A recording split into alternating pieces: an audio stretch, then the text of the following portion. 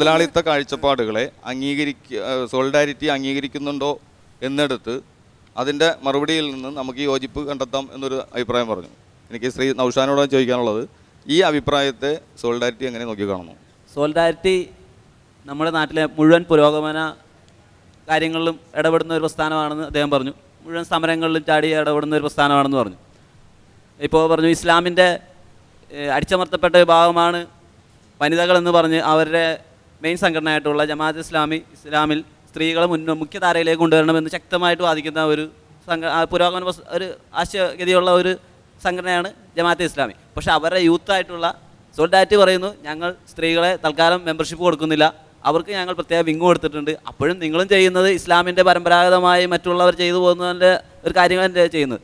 നിങ്ങളും സ്ത്രീകളെ മുഖ്യധാരയിലേക്ക് വരാൻ അനുവദിക്കുന്നില്ല എന്നൊരു കാഴ്ചപ്പാടല്ലേ? അത് ഇരട്ടത്താപ്പല്ലേ? ശ്രീ നൗഷാദ്, ഈ രണ്ട് ചോദ്യങ്ങൾക്കും വളരെ പെട്ടെന്ന് ക്രിസ്പായ രീതിയിൽ താങ്കൾ മറുപടി നേരത്തെ പറയണമെന്ന് വിചാരിച്ചതാണ്. ശ്രീ അനിലിൻ്റെ ചോദ്യത്തിന് സോളിഡാരിറ്റി വളരെ പോസിറ്റീവായിട്ടാണ് മറുപടി. മുതലാളിത്ത വിരുദ്ധത ഞാൻ പറഞ്ഞ എൻ്റെ എല്ലാ സംഭാഷണത്തിലും ഉണ്ടായിട്ടുണ്ടെന്ന് ഞാൻ മനസ്സിലാക്കുന്നത്. ഞാൻ തുടക്കത്തിൽ തന്നെ വികസനത്തെ നമ്മുടെ നാട്ടിൽ നടക്കുന്ന വികസനം മുതലാളിത്ത വികസനക്രമമാണെന്നും അതിനെതിരെ എതിർപക്ഷത്താണ് സോളിഡാരിറ്റി നിലകൊണ്ടിട്ടുള്ളത്. കേരളത്തിലെ ജനകീയ സമരങ്ങളെ ശക്തിപ്പെടുത്തുന്നത് യഥാർത്ഥത്തിൽ മുതലാളിത്ത വിരുദ്ധ സമരചേരിയെ ശക്തിപ്പെടുത്തുന്ന ഭാഗമാണ്. തീർച്ചയായും അത്തരത്തിലുള്ളൊരു കൂട്ടായ്മ DYFI മുൻകൈയെടുക്കും. കേരളത്തിലെ സോളിഡാരിറ്റിക്ക് ധാരണയുണ്ട്. ഏറ്റവും പ്രബലമായ യുവജന സംഘടനയാണ് DYFI അത്ര നേതൃത്വപരമായി പങ്കുവയ്ക്കുകയാണെങ്കിൽ അതിനോട് ചേർന്ന് നിൽക്കുന്നതിന് സോളിഡാരിറ്റിക്ക് സന്തോഷമേ ഉള്ളൂ. അതാണ് അതിന് കാരണം. അത്തരം യോജിപ്പുകൾ നേരത്തെ സൂചിപ്പിച്ചതുപോലെ യുവജന സംഘടനകൾ തമ്മിൽ യോജിപ്പുകൾ ഉണ്ടാകേണ്ടതുണ്ട്. അതെൻ്റെ അവസാനത്തിൽ എനിക്ക് സമയം കിട്ടുമ്പോൾ ഞാൻ ചിലത് സൂചിപ്പിക്കാൻ വിചാരിക്കുന്നുണ്ട്. രണ്ടാമത്തേത് ഇവിടെ പറഞ്ഞതാണ്, സോളിഡാരിറ്റിയെ സംബന്ധിച്ചിടത്തോളം സ്ത്രീ പങ്കാളിത്തം എന്നത് ഒരു നയപരമായ വിഷയം മാത്രമാണ്. ജമാഅത്ത് ഇസ്ലാമി മൗലികമായി സ്ത്രീകൾക്ക് നേരത്തെ തന്നെ അനുകൂലമായ സമീപനം സ്വീകരിച്ചതാണ്. അപ്പോൾ ജമാഅത്ത് ഇസ്ലാമിയെ സംബന്ധിച്ച് ഇപ്പോൾ സ്ത്രീ പ്രശ്നം ജമാഅത്ത് ഇസ്ലാമിയുടെ ആന്തരിക ഘടനയിൽ ഒരു മൗലിക പ്രശ്നമില്ല. കാരണം ജമാഅത്ത് ഇസ്ലാമിയുടെ ഏറ്റവും അധികാരമുള്ള ബോഡി എന്ന് പറയുന്നത് അതിൻ്റെ കേന്ദ്ര പ്രാതിനിധ്യ സഭയാണ്. അതിൽ ഓരോ ജമാഅത്ത് ഇസ്ലാമിൽ എത്ര സ്ത്രീകൾക്കാണ് മെമ്പർഷിപ്പ് ഉള്ളത് അതേ പേഴ്സൻറ്റേജ് തന്നെ കേന്ദ്ര പ്രതിനിധി സഭ അംഗങ്ങളായി മാറും. 40% സ്ത്രീകൾ ജമാഅത്ത് ഇസ്ലാമി മെമ്പർമാരെങ്കിൽ കേന്ദ്ര പ്രതിനിധി സഭ അംഗം 40% അത് ജനസംഖ്യാനുപാതികമായി അത് കൃത്യമായി മെമ്പർഷിപ്പ് ആനുപാതികമായി കൃത്യമായിരിക്കും. അത് സംസ്ഥാന ബോഡിയിൽ കേന്ദ്ര ബോഡിയിൽ ഒക്കെ അതുള്ളത് കൊണ്ട് ജമാഅത്ത് ഇസ്ലാമിക്ക് സ്ത്രീവിരുദ്ധമായൊരു സമീപനമില്ല. പക്ഷേ നയപരമായൊരു ചെറിയ സംഘടനാ എഞ്ചിനീയറിംഗ് ജമാഅത്ത് ഇസ്ലാമി കേരളത്തിൽ നേരത്തെ സോളിഡാരിറ്റി രൂപീകരിക്കുന്നതിന് മുമ്പ് തന്നെ സ്വതന്ത്രമായ ഒരു വിദ്യാർത്ഥിനി യുവജന വനിതകൾ കൂടിയുള്ള സംഘടന രൂപീകരിച്ചു. അവർ വർക്കൗട്ട് ചെയ്ത് മുന്നോട്ട് പോയിട്ടുണ്ട്. അതുകൊണ്ട് അവരുടെ പ്രവർത്തനത്തെ കുറച്ച് കട്ട് ഓഫ് ചെയ്യേണ്ടി വരും. അപ്പോൾ ആ കട്ട് ഓഫ് ചെയ്യുന്നതുമായി ബന്ധപ്പെട്ട് സ്ത്രീകൾക്കുള്ള താല്പര്യം അവർക്ക് കുറേ കൂടി അവരുടെ ഇത്തരം മുന്നോട്ട് പോകുന്നതാണ്. അപ്പോൾ ഇത്തരം നയപരമായ ചർച്ചകൾ നടക്കുന്നുണ്ട്. അതുകൊണ്ട് സോളിഡാരിറ്റിയുടെ അതിലഭിപ്രായം വനിതകൾ കൂടി സോളിഡാരിറ്റി മെമ്പർമാരാകണമെന്നതാണ്. അത് അത്തരം ആവശ്യം ജമാഅത്തിന് മുമ്പിൽ ഉന്നയിച്ചിട്ടുണ്ട്. സ്ത്രീകൾ ജമാഅത്തിൽ തന്നെയുള്ള സ്ത്രീകൾ അതിനോടുള്ള ചില വിയോജിപ്പുകൾ കൂടി മുന്നിൽ വെച്ചിട്ടാണ് അത് എടുക്കുന്നത്. എനിക്ക് തോന്നുന്നത് അടുത്ത് തന്നെ അതിനനുകൂലമായ സമീപനം സ്വീകരിക്കുന്നത്. ഇപ്പോൾ സ്ത്രീകളെ സംബന്ധിച്ചിടത്തോളം ഇപ്പം സഖാ പറഞ്ഞായിരുന്നു 33% സംവരണം സ്ത്രീകൾക്ക് വേണമെന്ന്. പക്ഷേ ഇന്നിപ്പോൾ 50% സംവരണം കിട്ടിയാലും സ്ത്രീകൾക്ക് മതിയാവില്ല. കാരണം അത്രയേറെ പുരുഷന്മാരെക്കാളും കൂടുതൽ ജോലിയായിട്ടാണെങ്കിലും മറ്റുള്ള കാര്യങ്ങൾക്കായിട്ടാണെങ്കിലും ഒരു പ്രകടനം എന്ത് കാര്യത്തിനും സ്ത്രീകൾ വളരെയേറെ ബുദ്ധിമുട്ട് ചെയ്യുന്നുണ്ട്. അപ്പോൾ 50% ഇന്ന് നമുക്ക് സംവരണം കിട്ടിയാലും നമുക്ക് മതിയാകാത്തൊരു കാലഘട്ടമാണ്. എന്ന സ്ഥാനത്ത് നിന്ന് സുരക്ഷിതത്വം ഉണ്ടോ ഇന്ന് സ്ത്രീകൾക്ക്? അതെന്തുകൊണ്ട് യുവാക്കൾ ചെയ്യുന്നില്ല? ഞങ്ങൾക്ക് കിട്ടുന്നതെന്ന് വെച്ചാൽ ഞങ്ങൾക്ക് സുരക്ഷിതത്വം വേണം. ഇന്ന് വരെയും എത്രയോ സമരങ്ങൾ നടത്തിയിട്ടും എന്തെല്ലാം കാര്യങ്ങൾ ഓരോ നടത്തിയിട്ട് ഇന്ന് വരെയും ഒരു സ്ത്രീകൾക്ക് സുരക്ഷിതത്വത്തിന് വേണ്ടിയിട്ട് ഇന്ന് വരെ ആരും സംസാരിച്ചിട്ടില്ല. ഞങ്ങൾക്ക് വേണ്ടത് സുരക്ഷിതത്വമാണ്. ഞങ്ങളതിന് 50% 60% സംവരണം തന്നാലും ഞങ്ങൾ സ്വീകരിക്കാൻ തയ്യാറാണ്. അത്രയേറെ കാര്യങ്ങൾക്ക് ഞങ്ങൾ എല്ലാ കാര്യത്തിനും ഓരോ കാര്യങ്ങൾ ഞങ്ങൾ മുമ്പോട്ട് വരുന്നുണ്ട്. അപ്പോൾ അതിൻ്റെ കാര്യങ്ങൾ ഞങ്ങൾക്കൊന്നും അറിയണം. ഞങ്ങൾക്ക് സ്ത്രീ സംവരണം. അതായത് പ്രസക്തമായ ചോദ്യം ഇതാണ്, വരുംകാല സമൂഹത്തിന് വേണ്ടി എന്താണ് നമ്മളുടെ യുവജന സംഘടനകളുടെ കയ്യിലുള്ളത്? സ്ത്രീകൾ, ദലിതർ, ന്യൂനപക്ഷങ്ങൾ, പിന്നാക്കം നിൽക്കുന്ന മറ്റു വിഭാഗങ്ങൾ, ഇവർക്ക് പ്രത്യേകമായും സമൂഹത്തിന് പൊതുവിലായും എന്ത് നൽകാനാണ് ഇവരുടെ പക്ഷത്തുള്ളത്? കാലങ്ങൾ മാറുകയാണ്, സമയങ്ങൾ മാറുകയാണ്. 80കളെ പോലെയല്ല 90കളിലില്ലാത്ത പുതിയ പ്രശ്നങ്ങൾ 2000-ന് ശേഷം ഉടലെടുക്കുന്നു.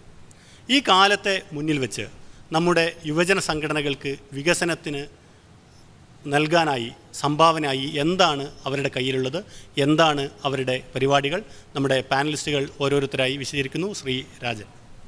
തീർച്ചയായും AIVF മറ്റ് യുവജന സംഘടനകളെ എല്ലാം പറഞ്ഞതുപോലെ കൃത്യമായ അഭിപ്രായം ഇക്കാര്യത്തിൽ രേഖപ്പെടുത്തിയതാണ്. ഒറ്റ കാര്യത്തിൽ ഞാൻ അനിൽ വെച്ചൊരു നിർദ്ദേശത്തെ സ്നേഹപൂർവ്വം സ്വാഗതം ചെയ്യുകയാണ്. കേരളത്തിലെ പുരോഗമന പക്ഷത്ത് നിൽക്കുന്ന സംഘടനകളുടെ ഒരു പൊതുകൂട്ടായ്മ ഒരർത്ഥത്തിൽ അല്ലെങ്കിൽ വേറൊരർത്ഥത്തിൽ ഇപ്പോൾ കേരളത്തിലുണ്ട്. എന്നാൽ ഇടത് വലത് വ്യത്യാസമില്ലാതെ കേരളത്തിൽ ചില പ്രത്യേക പ്രശ്നങ്ങളിൽ ഇടപെടാൻ കഴിയുന്ന, ചില യുവാക്കളുടെ പ്രശ്നങ്ങളെ അഭിമുഖീകരിക്കാൻ കഴിയുന്ന ഒരു യുവജന കൂട്ടായ്മ, രാഷ്ട്രീയവും ജാതിയും എല്ലാം മറന്ന് കേരളത്തിലുണ്ടാകേണ്ട വളരെ അനിവാര്യമായ ഒരു കാലഘട്ടത്തിലേക്കാണ് നമ്മൾ പോകുന്നത്. ഇവിടെ എൻ്റെ ഒരു സഹോദരി ചോദിച്ചതുപോലെ കേരളത്തിൽ യഥാർത്ഥത്തിൽ സ്ത്രീപക്ഷത്തിൻ്റെ സംരക്ഷകരും കാവലാളുകളുമായി നിൽക്കാനുള്ള ഉത്തരവാദിത്തം ആങ്ങളമാരുടെ ഒരു ജനറേഷൻ, ഒരു യൂത്ത് ഡെലിഗേഷൻ സംഘടിതമായി കേരളത്തിൽ ഏറ്റെടുക്കേണ്ട ഒരു ഘട്ടമായിട്ടുണ്ട്. അതിൽ വേറെ ഒരു രാഷ്ട്രീയവും ഇല്ല, അതിൽ വേറെ ഒരു അഭിപ്രായ വ്യത്യാസവും ഇല്ല. അത്തരം ചില നമുക്ക് കൂട്ടായി മുന്നോട്ട് പോകാൻ കഴിയുന്ന കാര്യങ്ങളിൽ കൂട്ടായി മുന്നോട്ട് പോകണം. കേരളത്തിൽ പക്ഷേ വികസനത്തെ സംബന്ധിച്ചിടത്തോളമുള്ള നമ്മുടെ പരിപ്രേക്ഷ്യം മനുഷ്യനും പ്രകൃതിയും കേന്ദ്രബിന്ദുവാകുന്നൊരു വികസന അജണ്ട മാത്രമേ കേരളത്തിൻ്റെ ഏത് സാഹചര്യത്തിലും നടപ്പിലാക്കാൻ പാടുള്ളൂ എന്ന അഭിപ്രായത്തിൽ വളരെ ഉറച്ചു നിൽക്കുകയാണ്. സാമൂഹ്യനീതിയിൽ അധിഷ്ഠിതമായ നമ്മളെല്ലാം നേരത്തെ പറഞ്ഞതുപോലെ നിലനിൽക്കുന്ന സമൂഹത്തെ അതുപോലെ തുടരാൻ കഴിയുന്ന തുല്യവിതരണമെന്ന സോഷ്യലിസ്റ്റ് സങ്കല്പത്തിൽ ഉറച്ചു നിൽക്കാൻ കഴിയുന്നൊരു വികസന കാഴ്ചപ്പാടാണ് സ്വാഭാവികമായും AIVF പോലൊരു യുവജന പ്രസ്ഥാനം ഉയർത്തിപ്പിടിക്കുന്നത്. പക്ഷേ ആ വികസനത്തിൻ്റെ രാഷ്ട്രീയം തീർച്ചയായും ഒരു ഹരിത രാഷ്ട്രീയമായിരിക്കും. സ്ത്രീകളുടെയും ദളിതരുടെയും ആദിവാസികളുടെയും പിന്നോക്കക്കാരുടെയും പരിസ്ഥിതി നശീകരണവർക്കെതിരായതുമായിട്ടുള്ള ഒരു വികസന കാഴ്ചപ്പാടായിരിക്കും കേരളത്തിൽ AIVF പോലെ ഒരു പ്രസ്ഥാനം ഉയർത്തിപ്പിടിക്കുക. അതിൻ്റെ അർത്ഥം ആശയങ്ങൾക്കപ്പുറത്ത് പ്രോഗ്രാമുകൾ, എന്തെങ്കിലും പുതുകാല വികസനത്തെ മുന്നിൽ കാണുന്ന പ്രോഗ്രാമുകൾ എന്തെങ്കിലും ഇമ്മീഡിയറ്റ് ആയിട്ടുള്ള അജണ്ടയിലുണ്ടോ എന്നുകൂടി അറിയാൻ താല്പര്യമുണ്ട്.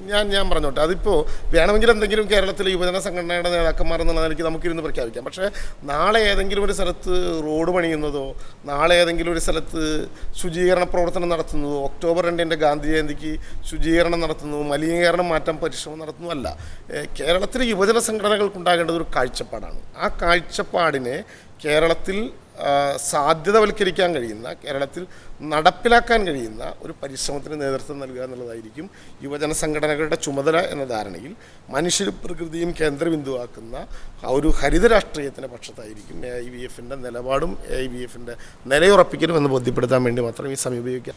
പുതുതലമുറ വികസന കാലഘട്ടത്തിൽ എന്താണ് യൂത്ത് കോൺഗ്രസ്സിന് സംഭാവന ചെയ്യാനുള്ളത്? ചുരുങ്ങിയ വാക്കുകളിൽ വിശദീകരിക്കും. യൂത്ത് കോൺഗ്രസ് ഞങ്ങൾ ശ്രമിക്കുന്നത് ഇന്ത്യയിലെ തന്നെ യുവാക്കളുടെ ഒരു പ്ലാറ്റ്ഫോമായി മാറാനാണ്. ഇപ്പോൾ യുവാക്കളുടെ ഒരു പ്ലാറ്റ്ഫോം എന്ന് പറയുമ്പോൾ യുവാക്കളിൽ എല്ലാവരും ഉൾപ്പെടുന്നുണ്ട്. ദളിതർ, വനിതകൾ, മതന്യൂനപക്ഷങ്ങൾ, ആരാണോ പാർശ്വവൽക്കരിക്കപ്പെടുന്നവർ, ഇവരുടെ എല്ലാവരുടെയും ഒരു പ്ലാറ്റ്ഫോമായി മാറാൻ യൂത്ത് കോൺഗ്രസ് ആഗ്രഹിക്കുന്നു. ആ പ്ലാറ്റ്ഫോമിൽ നമുക്ക് ആശയപരമായ സംവാദം വേണം. ശരി കണ്ടെത്താനുള്ള സംവാദത്തിലുള്ള വേദി ഞങ്ങൾ ഒരുക്കും. അതോടൊപ്പം ഇപ്പോൾ യൂത്ത് കോൺഗ്രസിനെ ഞങ്ങൾ സമ്പൂർണ്ണമായി ജനാധിപത്യവൽക്കരിച്ചു കഴിഞ്ഞു. ഇത് നിങ്ങൾക്കൊരു കടന്നു വരാനുള്ള, ഇന്ത്യയുടെ രാഷ്ട്രീയ അധികാരത്തിലേക്ക് അല്ലെങ്കിൽ ജനാധിപത്യത്തിലേക്ക് കടന്നു വരാനുള്ള ഒരു അവസരമാണ്. ഈ സംഘടനയിലൂടെ, സംവാദത്തിലൂടെ, ആശയ സംവാദത്തിലൂടെ കടന്നു വന്ന് ഈ രാജ്യത്തിൻ്റെ ഭരണ നേതൃത്വത്തിൽ, ജനാധിപത്യത്തിൻ്റെ മാർഗത്തിൽ നിങ്ങൾക്ക് ഏവർക്കും ഏറ്റവും പിന്നോക്കം കിടക്കുന്നവർക്ക് കൂടി കടന്നു വരാനുള്ള ഒരവസരമൊരുക്കുക എന്നുള്ളതാണ് ഏറ്റവും പ്രധാനപ്പെട്ട ദൗത്യമായി യൂത്ത് കോൺഗ്രസ് കണക്കാക്കുന്നത്. കാരണം അവഗണിക്കപ്പെട്ട് കിടക്കുന്നവർക്ക്, പാർശ്വവൽക്കരിക്കപ്പെട്ട് കിടക്കുന്നവർക്ക്, സമ്പന്നരല്ലാത്ത സാധാരണക്കാർക്ക് ഈ രാജ്യത്തിൻ്റെ അധികാര കേന്ദ്രങ്ങളിലേക്ക് കടന്നു വരാൻ ഒരു പ്ലാറ്റ്ഫോം കൊടുക്കുക എന്നത് വലിയൊരു പ്രധാനപ്പെട്ട ദൗത്യമായി ഞങ്ങൾ കരുതുന്നു. രണ്ടാമത്തെ പ്രധാനപ്പെട്ട പ്രശ്നം വികസനം എന്നത് ഇപ്പോൾ നേരത്തെ പ്രിയപ്പെട്ട ശ്രീ രാജൻ പറഞ്ഞതുപോലെ കേരളത്തിൻ്റെ വികസനത്തിൽ ഞങ്ങൾ പരിസ്ഥിതിയും വികസനത്തെ രണ്ടായല്ല കണക്കാക്കുന്നത്. പരിസ്ഥിതി സംരക്ഷണം തന്നെയാണ് വികസനം. അതിനെ രണ്ടായി നമുക്ക് കാണാൻ സാധിക്കുകയില്ല. പരിസ്ഥിതി സംരക്ഷണവും വികസനവും ഒന്നായി കണ്ടുകൊണ്ട് ഭാവിയിലേക്ക് വേണ്ടി നമ്മുടെ മണ്ണിനെയും നമ്മുടെ ജലത്തെയും നമ്മുടെ വായുവിനെയും സംരക്ഷിക്കുന്ന നയം എന്താണോ അതാണ് വികസനം എന്നാണ് ഞങ്ങൾ കരുതുന്നത്. ഈ രാജ്യത്തെ വികസനം നിലനിൽക്കണമെന്നുണ്ടെങ്കിൽ നേരത്തെ പറഞ്ഞതുപോലെ സമഗ്രമായിരിക്കണം, സുസ്ഥിരമായിരിക്കണം, നിലനിൽക്കുന്നതായിരിക്കണം, തൊഴിൽ കിട്ടുന്നതായിരിക്കണം. ഈ രാജ്യത്തിലെ കോടിക്കണക്കിന് വരുന്ന സാധാരണക്കാരന് തൊഴിലില്ലാത്തവർക്ക് തൊഴിൽ കൊടുക്കുന്ന, നിലനിൽക്കുന്ന ഒരു വികസന സങ്കല്പമാണ് ഞങ്ങൾക്കുള്ളത്. അതിന് അധികാരം ഒരു പ്രശ്നമേ അല്ല എന്ന് പറയാൻ ഞാൻ ആഗ്രഹിക്കുന്നു. ഉദാഹരണത്തിന് അതിരപ്പള്ളി വിഷയം തന്നെ. അതിരപ്പള്ളി വിഷയത്തിൽ ഇപ്പോഴും സംസ്ഥാന വൈദ്യുതി വകുപ്പിൻ്റെയും സംസ്ഥാന ഗവൺമെൻറ്റിൻ്റെയും നിലപാട് അതിരപ്പള്ളി പദ്ധതി വേണമെന്നുള്ളത് തന്നെയാണ്. യൂത്ത് കോൺഗ്രസ് വളരെ വ്യക്തമായി പറയാൻ ആഗ്രഹിക്കുന്നു. യൂത്ത് കോൺഗ്രസിൻ്റെ കാഴ്ചപ്പാടിൽ അതിരപ്പള്ളി പദ്ധതി നടപ്പിലാക്കുന്നത് അവിടെ പരിസ്ഥിതിക്ക് ദോഷകരമായ ഒന്നാണ്. ഞങ്ങളതിനെ എതിർക്കുന്നു. പക്ഷെ ഇതിനെല്ലാം അപ്പുറത്ത് ഞങ്ങൾ മനുഷ്യ സ്വാതന്ത്ര്യത്തിനും വില കൽപ്പിക്കാൻ ആഗ്രഹിക്കുന്നു പറയാൻ ഞാൻ ആഗ്രഹിക്കുന്നു.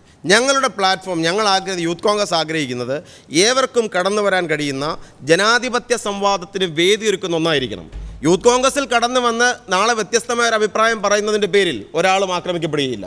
വ്യത്യസ്തമായ ഒരു അഭിപ്രായം യൂത്ത് കോൺഗ്രസിനെതിരെ ഒരു അഭിപ്രായം പറഞ്ഞതുകൊണ്ട് ഒരാളും ആക്രമിക്കപ്പെടരുത്. ഒരാളുടെയും ശരീരത്തിന് 51 വെട്ടേൽക്കരുത് എന്നുള്ളത് ഞങ്ങളുടെ ഒരു കാഴ്ചപ്പാടാണ്. മനുഷ്യൻ്റെ നീതിക്കും മനുഷ്യൻ്റെ സ്വാതന്ത്ര്യത്തിനും പ്രാമുഖ്യം നൽകുന്ന, മനുഷ്യനെയും പ്രകൃതിയെയും കേന്ദ്രീകരിച്ചുള്ള വികസനത്തിൽ അധിഷ്ഠിതമായ ഒരു രാഷ്ട്രീയമാണ് ഞങ്ങൾ മുന്നോട്ട് വെക്കുന്നത്.